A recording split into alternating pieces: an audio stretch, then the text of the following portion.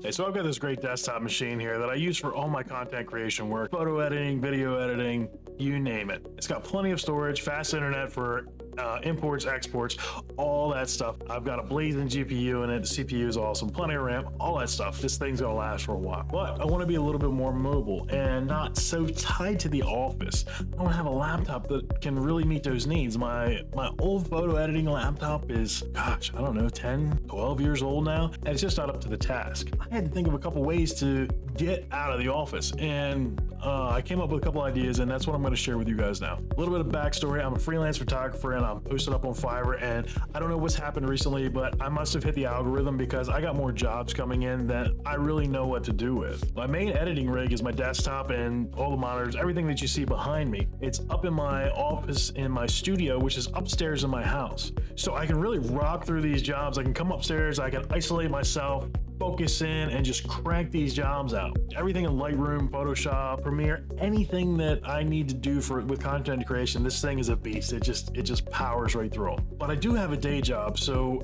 that's where the issue came in, because all of this work that I'm doing, I have to do on the weekends and on the evenings, and that's really taken away from my personal time and my family time. But I don't have the room to set up this full editing rig downstairs, so I want to figure out a way that I could be downstairs in the room with the family and leave some of this hermit life that I'm living now working on these projects behind me. First thought was, I've got an older Dell 2-in-1 that has an amazing screen. It's touch sensitive and it's got pen input, so I figured this would be great for photo editing. So I loaded up Lightroom on it, and away I went, gave it a shot. And to my dismay, it didn't have the horsepower to run it efficiently enough that I needed for my workflow.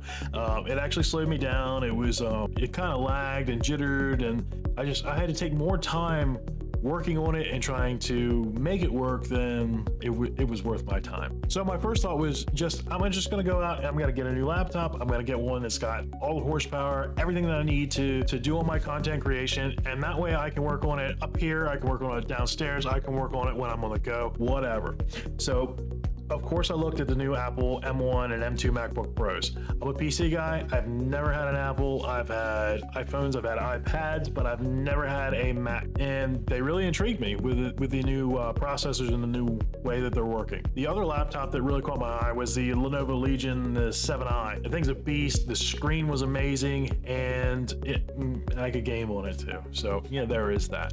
But the main focus of this laptop was productivity, content creation, and really getting those jobs done. All of those machines were great, but they're all $2,000 and up for the configuration that I'm going to need to integrate into my workflow. So I did what I always do when I want to buy something. I hopped on YouTube and I watched all the tech guys. I watched all the reviews that I could on all of the different laptops that I was considering. The next thing that I did is I went into Best Buy, and I went up to each and every one of those laptops that I wanted and that they had. I tried them all out, and I would recommend that anybody does that looking to buy a new piece of equipment for whatever it may be, because I was really eyeing the 14-inch MacBook Pro, but when I got looking at it and looking at the screen on the 16-inch and knowing what I was going to do and seeing that the price difference between a new M2 14 and the old M1 16 really wasn't that much, and you don't gain a whole lot of performance with the new one,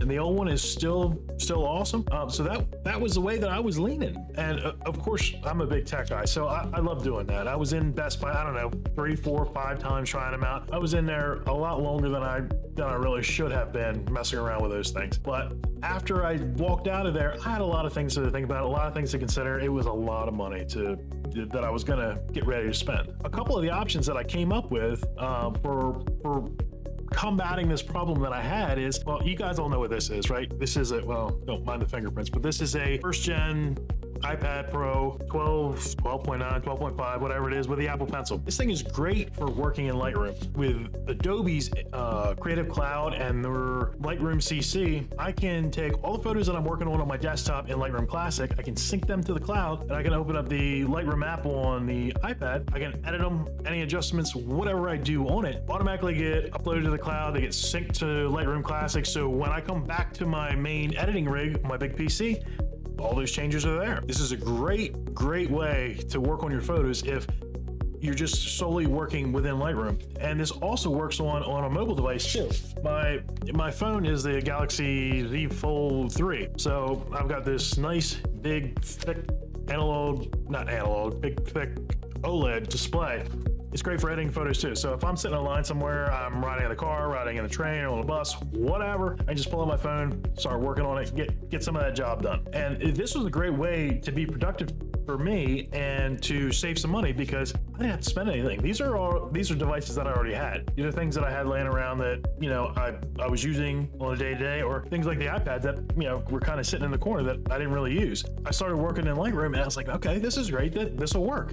Until I got commissioned for a job where I had to edit out some green screens and put in new backgrounds. So it's not hard to do, but you can't do that in Lightroom. You have to do that in Photoshop. And as far as I know, there's no seamless way to do that on a mobile device from Lightroom to Photoshop or Lightroom to another app like it is when you're working on an actual PC. So option number 2 would be to actually go ahead and buy that new laptop. So I pretty much settled in on either getting a refurbished 16-inch M1 MacBook Pro with a 1 terabyte option, or just getting a new one. They're having some really crazy sales on them right now on the 14 and the 16-inch base models. So the 14-inch base model you can get, I believe it's $15.99 and $19.99 for the 16-inch model. Affiliate links down below if you want to help the channel out. I was so set on this option that I had even gone to my wife and told her, hey, look, I'm getting ready to make this big purchase, so I just wanted you to know about it. So the next day, you know, I went into work just like a normal day. I was out on the road. I have a laptop in my truck. I have a desktop at work, and I was looking for some files that I needed to have on, you know, on site,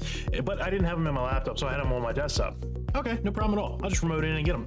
So I'm remoting in, getting the files, and then it like goes off like a light bulb, like, can I do this at home? And that's where I came up with option 3, which would be setting up remote desktop in my home network on my home PC. Lo and behold, I had the answer in front of me the whole time. So first things first, it's not just as easy as going in and flipping a switch and saying, okay, enable remote desktop. I wish it was, but it wasn't. And the reason being is that my home PC, my big battle station right here, was running Windows 11 Home. So you can't run remote desktop on Windows 11 Home. You have to have Windows 11 Pro. Okay, cool. Let's go see how much it would be to upgrade it. So if I wanted to upgrade to Windows 11 Pro via Microsoft, it was $99, and I was okay with that. You know, that's not bad. That's a small fraction of the price of buying a new laptop, right? Yeah, $100, no big deal, right? But I remember that I was watching TechSource, one of the YouTube channels that I subscribe to, and he was talking about getting cheap activation keys for Windows. And I went to his latest video, and lo and behold, down there in the description was the link to get the discounted unlock keys. His link took you to urcdkeys.com, which I'm in the process of getting an affiliate link to. I'm going to post his down below until mine comes through. Then I'll update the description of the video, but go ahead and use his while mine's processing. I picked up the Windows 11 Pro key discounted for $23.54. That's a pretty good deal. I read through the instructions on how to install it. So it's a little more involved than just copy and pasting the CD key that they give you once you buy it into your machine. You have to go through a couple other steps to do it. They outline it pretty well in the description on how to go ahead and update your system. So once I did that, it wasn't hard. It was just, you know, a couple extra steps that I had to do. Everything worked just like I wanted it to. So I got it all working, and now I have a remote desktop that I can use anywhere on my home network using my little 2-in-1 with the amazing screen, with the color accuracy, with the touch display, with the pen input. I can do all those edits in Lightroom, Photoshop, Premiere. It doesn't matter. So my next step is going to be to activate port forwarding so I can access my BattleStation PC here outside of my network. For now, this is all I needed, and this is great. So leave a comment down below if you want me to make a video on how I upgraded from Windows 11 Home to Windows 11 Pro without having to do a clean install or lose any of my files, documents, anything like that. They recommend that you do a clean install. You don't have to do it. You don't have to lose all of your files. You don't have to create any backups. Took maybe 10 minutes, if that. Or if you want me to make one showing how I set up the remote desktop once I got everything working and got the computers to talk to each other. Or if you like the video or if you don't, tell me. So that's all I got. Catch y'all on the next one. Peace.